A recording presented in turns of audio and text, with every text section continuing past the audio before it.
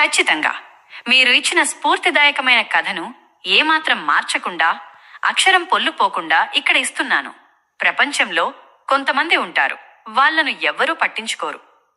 వాళ్ళు మాట్లాడితే నవ్వుతారు. వాళ్ళు కలలు కనితే నీ వల్ల కాదు అంటారు. అలాంటి ఒక వ్యక్తి కథ ఇది.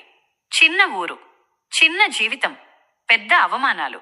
నువ్వేమీ చేయలేవు అనే మాట అతని వెంటే తిరిగేది. పేదరికం అతని నీడలా వెంటాడేది.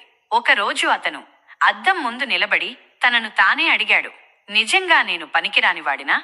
ఆ ప్రశ్నే అతని జీవితాన్ని మార్చింది. ఎవరూ నమ్మకపోయినా తనలో ఒక చిన్న ఆశ వెలిగింది.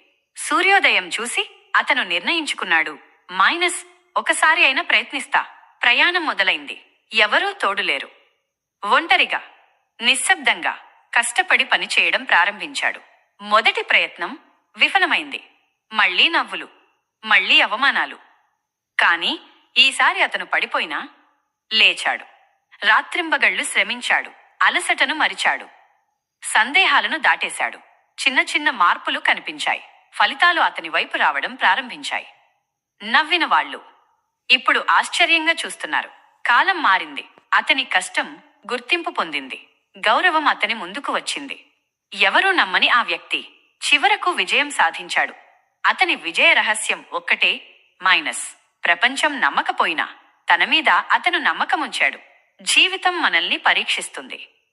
ప్రపంచం మనల్ని తిరస్కరిస్తుంది. కానీ మనం మనల్ని నమ్ముకుంటే విజయం తప్పకుండా మనవైపే వస్తుంది. కాబట్టి ఎవరైనా నీ వల్ల కాదు